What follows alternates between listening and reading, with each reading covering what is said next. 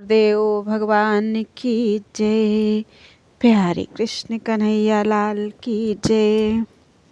श्री कूर्म पुराण दूसरा अध्याय। विष्णु जी के नाभि कमल से ब्रह्मा का प्रादुर्भाव, रुद्र तथा लक्ष्मी का प्राकट्य, ब्रह्मा द्वारा 9 मानस पुत्रों तथा 4 वर्णों की सृष्टि, वेद ज्ञान की महिमा, ब्रह्म सृष्टि का वर्णन, वर्ण और आश्रमों के सामान्य तथा विशेष धर्म, गृहस्थाश्रम का महात्म्य, चतुर्विध पुरुषार्थों में धर्म की महिमा, आश्रमों का द्वैविध्य, त्रिदेवों का पूजन, त्रिपुंड, तिलक तथा भस्म धारण की महिमा। श्री कूर्म उवाच। शृणुध्वं ऋषयः सर्वे यत् पृष्टोऽहं जगद्धितं वक्ष्यमाणं मया सर्वं इंद्रद्युम्नाय भाषितम्। श्री कूर्म ने कहा, समस्त ऋषिगणों, संसार के कल्याण के लिए आप लोगों ने जो कुछ मुझसे पूछा है और इंद्रद्युम्न के प्रति मैंने जो कुछ कहा है वह सब मैं बतला रहा हूँ, आप लोग सुने। भूतैर्भव्यैर्भविष्यद्भिश्चरितैरुपबृंहितं पुराणं पुण्यदं नृणां मोक्षधर्मानुकीर्तनम्। इस कूर्म पुराण में भूतकाल, वर्तमान काल एवं भविष्य काल में हुए वृत्तांतों को विस्तार से बतलाया गया है। यह पुराण मनुष्यों को पुण्य प्रदान करने वाला और मोक्ष धर्म का वर्णन करने वाला है। अहं नारायणो देवः पूर्वमाशं न मे परम् उपास्य विपुलां निद्रां भोगिशय्यां समाश्रितः चिन्तयामि पुनः सृष्टिं निशान्ते प्रतिबोध्यतु ततो मे सहसोत्पन्नः प्रसादो मुनिपुंगवाः। मैं ही नारायण देवरूप से पूर्व काल में विद्यमान था, मेरे अतिरिक्त और कोई दूसरा ना था। मैं प्रगाढ़ योग निद्रा का आश्रय लेकर शेषशैया में पड़ा था। मुनि श्रेष्ठों, रात्रि के बीत जाने पर जागकर मैं पुनः सृष्टि विषयक चिंतन करने लगा। उसी समय अकस्मात मुझे प्रसन्नता प्राप्त हुई। तदुपरांत समस्त संसार के पितामह चतुर्मुख ब्रह्मा का आविर्भाव हुआ। इसी बीच किसी कारण से अकस्मात उस समय क्रोध उत्पन्न हुआ। हे मुनि श्रेष्ठों, उस समय क्रोधात्मज अपने तेज के द्वारा मानो त्रैलोक्य का संहार करने के लिए हाथ में त्रिशूल धारण किए 3 नेत्रों वाले सूर्य के समान प्रकाशमान महेश्वर रुद्रदेव वहां उत्पन्न हुए। तदनंतर कमल के समान विशाल नेत्रों वाली, सुंदर रूप एवं प्रसन्न मुख वाली तथा सभी प्राणियों को मोहित करने वाली देवी लक्ष्मी उत्पन्न हुई। पवित्र मुस्कान वाली, अत्यंत प्रसन्न, मंगलमयी, अपनी महिमा में प्रतिष्ठित, दिव्य कांति से सुसंपन्न, दिव्य माल्य आदि से सुशोभित, अविनाशिनी, महामाया, मूल प्रकृति रूपा वे नारायणी अपने तेज से संसार को आपूरित करती हुई मेरे समीप में आकर बैठ गईं। उन्हें देखकर संसार के स्वामी भगवान ब्रह्मा मुझसे कहने लगे, हे माधव, संपूर्ण प्राणियों को मोहित करने के लिए इन स्वरूपिणी देवी को नियुक्त करो, जिससे यह मेरी सृष्टि और भी अधिक बढ़ने लगे। ब्रह्मा के द्वारा ऐसा कहे जाने पर मैंने मुस्कुराते हुए देवी लक्ष्मी से कहा, हे देवी, मेरे आदेश से तुम देवताओं, असुरों तथा मनुष्यों से युक्त संपूर्ण विश्व को अपनी माया से मोहित कर संसार में प्रवृत्त करो। किंतु जो ज्ञान योग में निरत हैं, जितेंद्रिय हैं, ब्रह्मनिष्ठ हैं, ब्रह्मवादी हैं, क्रोध शून्य हैं तथा सत्यपरायण हैं, ऐसे लोगों को दूर से ही छोड़ देना। ध्यान करने वाले, ममता रहित, शांत, धार्मिक, वेद में पारंगत, जप परायण और तपस्वी विप्रों को दूर से ही छोड़ देना। वेद एवं वेदांत के विशेष ज्ञान से जिनके संपूर्ण संशय सर्वथा दूर हो गए हैं, ऐसे तथा बड़े बड़े यज्ञों में परायण द्विजों को दूर से ही छोड़ देना। जो जप, होम, यज्ञ एवं स्वाध्याय के द्वारा देवाधिदेव महेश्वर का यजन करते हैं, उनका प्रयत्नपूर्वक दूर से ही परित्याग कर देना। जो भक्ति योग में लगे हुए हैं, जिन्होंने अपना चित्त भगवान को अर्पण कर दिया है और जो प्राणायाम अर्थात धारणा, ध्यान तथा समाधि आदि में निरत हैं, ऐसे अमलात्माओं का दूर से ही त्याग कर देना। जिनका मन प्रणवोपासना में आसक्त है, जो रुद्र मंत्रों का जप करने वाले हैं और जो अथर्व शीर्ष के अध्येता हैं, उन धर्मज्ञ व्यक्तियों को छोड़ देना। और अधिक क्या कहा जाए, जो अपने धर्म का पालन करने वाले हैं, ईश्वर की आराधना में सतत रत हैं, हे देवी उन्हें मेरे आदेश से कदापि मोहित ना करना। इस प्रकार मेरे द्वारा प्रेरित हरिप्रिया महामाया ने जैसी मेरी आज्ञा थी उसी प्रकार किया, इसलिए उन लक्ष्मी की आराधना करनी चाहिए। भगवत पत्नी देवी महालक्ष्मी पूजा किए जाने पर विपुल ऐश्वर्य, पुष्टि, मेधा, यश एवं बल प्रदान करती हैं, इसलिए लक्ष्मी जी की भली भांति पूजा करनी चाहिए। तदनंतर लोक पितामह भगवान ने मेरी आज्ञा से पूर्व की भांति ही समस्त चराचर भूत प्राणियों की सृष्टि की। योग विद्या के प्रभाव से ब्रह्मा जी ने मरीचि, भृगु, अंगिरा, पुलस्त्य, पुलह, क्रतु, दक्ष, अत्रि तथा वशिष्ठ को उत्पन्न किया। हे श्रेष्ठ ब्राह्मणों, ब्रह्मा के मरीचि आदि ये 9 ब्राह्मण संज्ञक पुत्र साधक हैं, ब्रह्मवादी हैं। पितामह विभुदेव ब्रह्मा ने मुख से ब्राह्मणों तथा भुजा से क्षत्रियों की सृष्टि की। दोनों जंघाओं से वैश्यों को तथा पैर से शूद्रों को उत्पन्न किया। ब्रह्मा ने यज्ञ की निष्पत्ति एवं सभी वेदों की रक्षा के लिए शूद्र के अतिरिक्त अन्य सभी वर्णों की सृष्टि की, क्योंकि उनसे यज्ञ का निर्वाह होता है। ऋक, यजुः, साम तथा अथर्ववेद ब्रह्मा के सहज स्वरूप हैं और यह नित्य अव्यय शक्ति है। स्वयंभू ब्रह्मा जी ने प्रारंभ में आदि और अंत से रहित वेदमयी दिव्य वाक रूपी शक्ति को उत्पन्न किया, जिसके द्वारा सभी व्यवहार होते हैं। पृथ्वी पर इन वेदों से भिन्न जो कोई भी शास्त्र है, उनमें धीर पुरुष का मन नहीं लगता, क्योंकि ऐसे वेदातिरिक्त ग्रंथों के अध्ययन से मनुष्य पाखंडी हो जाता है।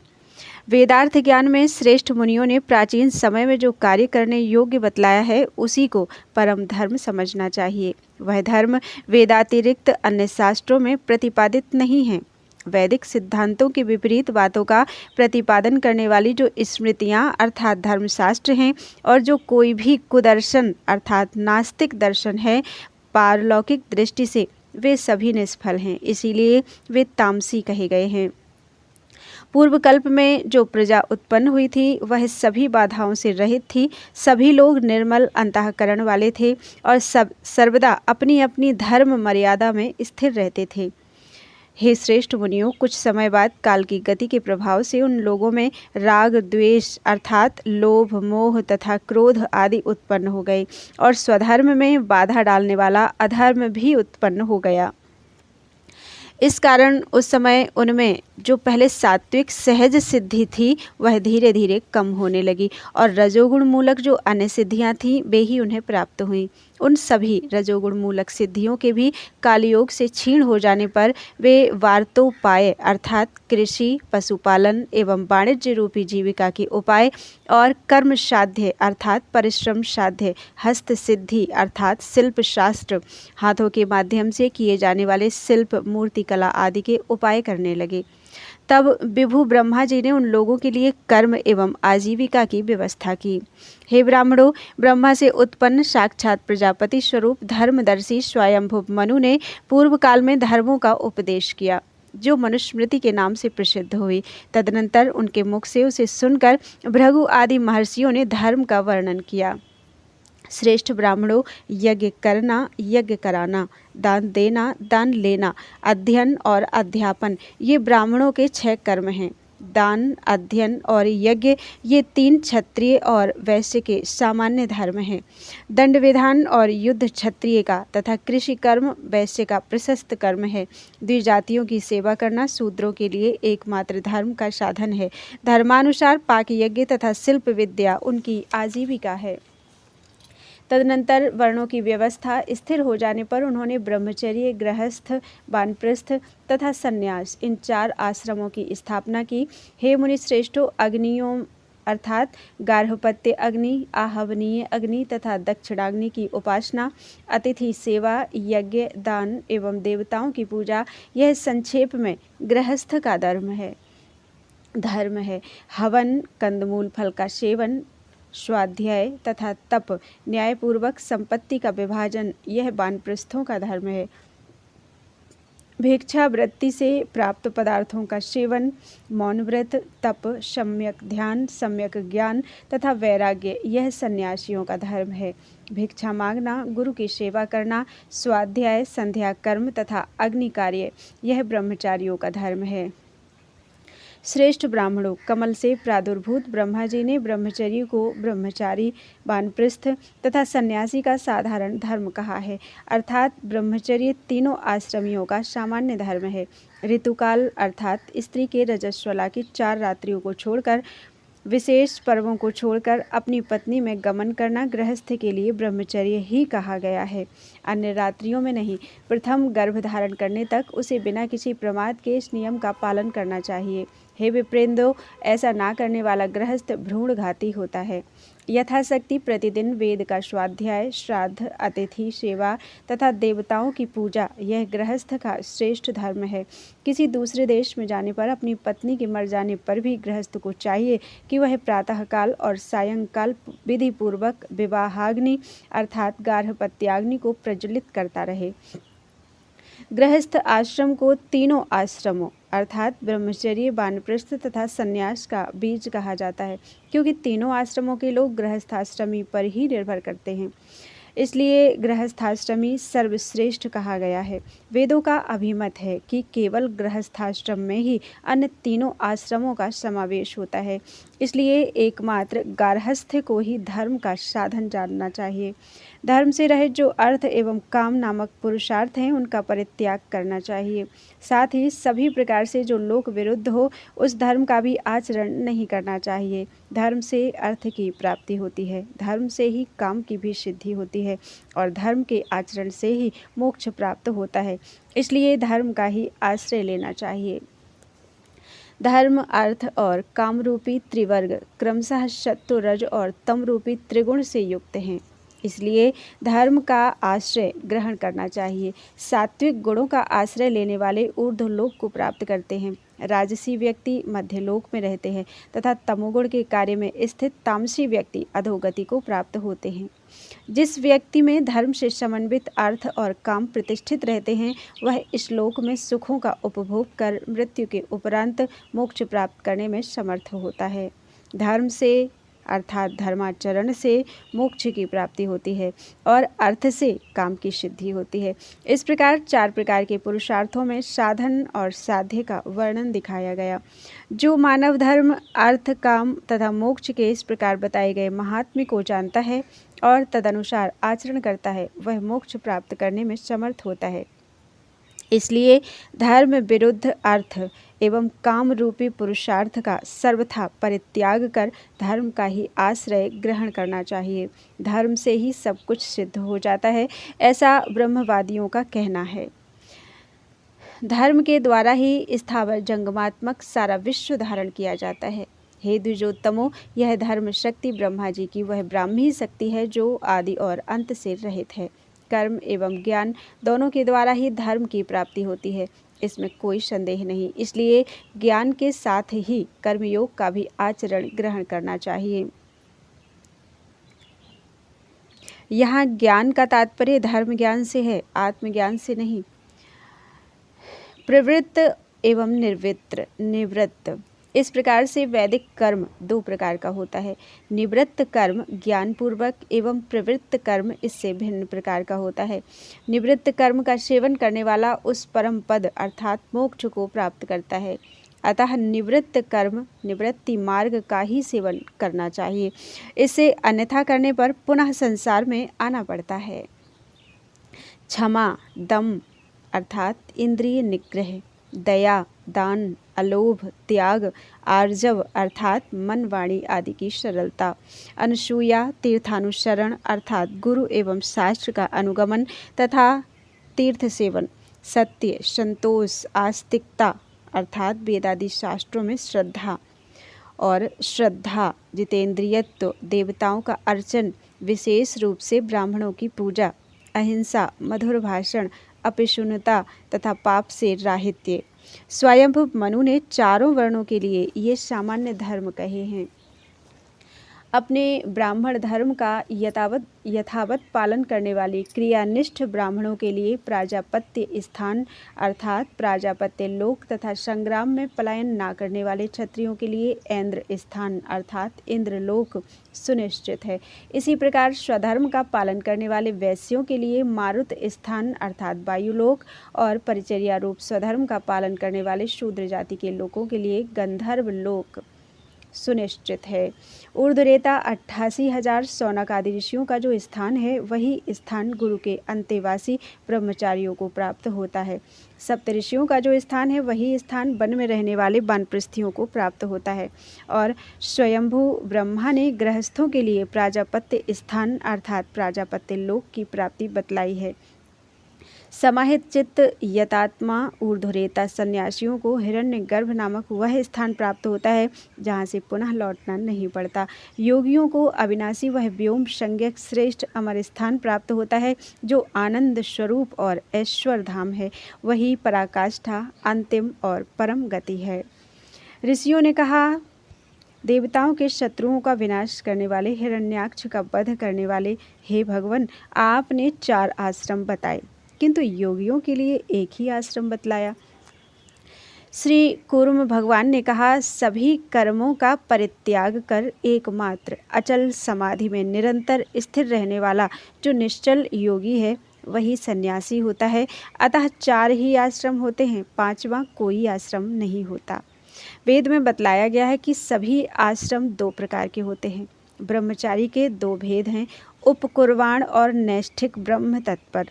जो ब्रह्मचारी विधिवत वेदों का अध्ययन कर गृहस्थाश्रम में प्रवेश करता है उसे उपकुर्वाणक ब्रह्मचारी समझना चाहिए, और जो यावत जीवन गुरु के पास रहकर ब्रह्म विद्या का अभ्यास करता है वह नैष्ठिक ब्रह्मचारी कहलाता है। इसी प्रकार गृहस्थाश्रमी भी 2 प्रकार के होते हैं, एक उदासीन और दूसरे साधक। जो कुटुंब के भरण पोषण में लगा रहता है वह गृहस्थ साधक कहलाता है, और जो देव ऋण, पितृ ऋण और ऋषि ऋण इन 3 ऋणों से उऋण होकर स्त्री धन आदि का परित्याग कर देता है तथा एकाकी विचरण करता है वह मोक्ष प्राप्ति की इच्छा वाला गृहस्थ उदासीन कहलाता है। जो वन में अनुष्ठान करता है, देवताओं की पूजा करता है, हवन करता है और स्वाध्याय में निरत रहता है वह वन में रहने वाला तापस नामक वानप्रस्थ कहलाता है। और जो अत्यंत तप से अपने शरीर को कृश कर लेता है तथा निरंतर ध्यान परायण रहता है वह वानप्रस्थ आश्रम में रहने वाला सन्यासिक वानप्रस्थी कहलाता है। नित्य योगाभ्यास में रत रहने वाला, मोक्ष मार्ग में आरूढ़ होने की इच्छा वाला, जितेंद्रिय तथा ज्ञान प्राप्ति के लिए प्रयत्नशील सन्यासी को पारमेष्ठिक सन्यासी कहा जाता है। और जो केवल आत्मा में ही रमण करने वाला है, नित्य तृप्त महामुनि है, सम्यक दर्शन संपन्न है, वह सन्यासी योगी कहलाता है। पारमेष्ठिक सन्यासी के 3 भेद होते हैं, कोई ज्ञान सन्यासी होते हैं, कोई वेद सन्यासी होते हैं और कोई कर्म सन्यासी होते हैं। इसी प्रकार योगी भी 3 प्रकार का समझना चाहिए, पहला भौतिक, दूसरा सांख्य और तीसरे प्रकार का योगी अत्याश्रमी कहा गया है। जो श्रेष्ठ योग में ही नित्य स्थित रहता है, पहले भौतिक योगी में प्रथम भावना, दूसरे सांख्य योगी में अक्षर भावना और तीसरे अत्याश्रमी नामक योगी में जो अंतिम भावना रहती है वह परमेश्वरी भावना कहलाती है। इसीलिए हे ऋषियों, सभी वेद शास्त्रों में 4 ही आश्रम निश्चित किए गए हैं, ऐसा जानना चाहिए। 5वां कोई आश्रम नहीं है। इस प्रकार 4 वर्ण तथा 4 आश्रमों की सृष्टि करके देवाधिदेव निरंजन विश्वात्मा ब्रह्मा जी ने दक्ष आदि प्रजापतियों से कहा, अनेक प्रकार की सृष्टि करो। हे मुनि श्रेष्ठों, ब्रह्मा जी के कहने पर उनके दक्ष आदि मानस पुत्रों ने देवताओं एवं मनुष्यों के साथ ही अन्य भी सभी प्रजाओं अर्थात प्राणियों की सृष्टि की। इस प्रकार ये भगवान ब्रह्मा सृष्टि के कार्य में नियत हैं। मैं इस सृष्टि का पालन पोषण करता हूँ और शूलधारी भगवान शंकर इसका संहार करेंगे। परात्पर परमात्मा की रज, सत्व एवं तमोगुण के योग से क्रमशः ब्रह्मा, विष्णु तथा महेश्वर नामक 3 मूर्तियाँ कही गई हैं। ये तीनों विग्रह परस्पर एक दूसरे में अनुरक्त तथा एक दूसरे के उपजीवी अर्थात आश्रित हैं। ये तीनों परमेश्वर हैं और लीलावश एक दूसरे को करते रहते हैं। हे ब्राह्मणों, रुद्र में ब्राह्मी, माहेश्वरी तथा अक्षर अर्थात वैष्णवी नामक 3 प्रकार की भावनाएं सर्वदा विद्यमान रहती हैं। मुझ में प्रथम अक्षर भावना निरंतर प्रवाहित होती रहती है। भगवान ब्रह्मा जी की द्वितीय अक्षर भावना कही गई है। पारमार्थिक दृष्टि से मुझ में और महादेव में कोई भिन्नता नहीं है। वही अंतर्यामी ईश्वर अपनी इच्छा से अपने को विभाजित कर मेरे तथा महादेव के रूप में स्थित है। देवताओं, असुरों तथा मनुष्यों के साथ ही संपूर्ण त्रैलोक्य की सृष्टि करने के लिए इसी परम पुरुष ने अपने परात्पर अव्यक्त स्वरूप द्वारा ब्रह्मत्व को स्वीकार किया, अर्थात वे ही अव्यक्त परमात्मा सृष्टि करने के लिए ब्रह्मा के रूप में व्यक्त हुए।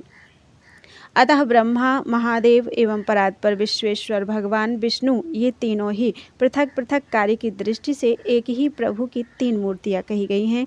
इसलिए सभी प्रकार के प्रयत्नों से विशेषतः ये तीनों ही वंदनीय हैं, पूजनीय हैं। मोक्ष नाम से कहे जाने वाले उस अविनाशी स्थान को यदि शीघ्र ही प्राप्त करने की इच्छा हो तो वर्णाश्रम धर्म के नियमों का अत्यंत प्रीतिपूर्वक पालन करते हुए प्रतिज्ञापूर्वक बड़े श्रद्धा भाव से जीवन पर्यंत इन त्रिदेवों का पूजन करना चाहिए।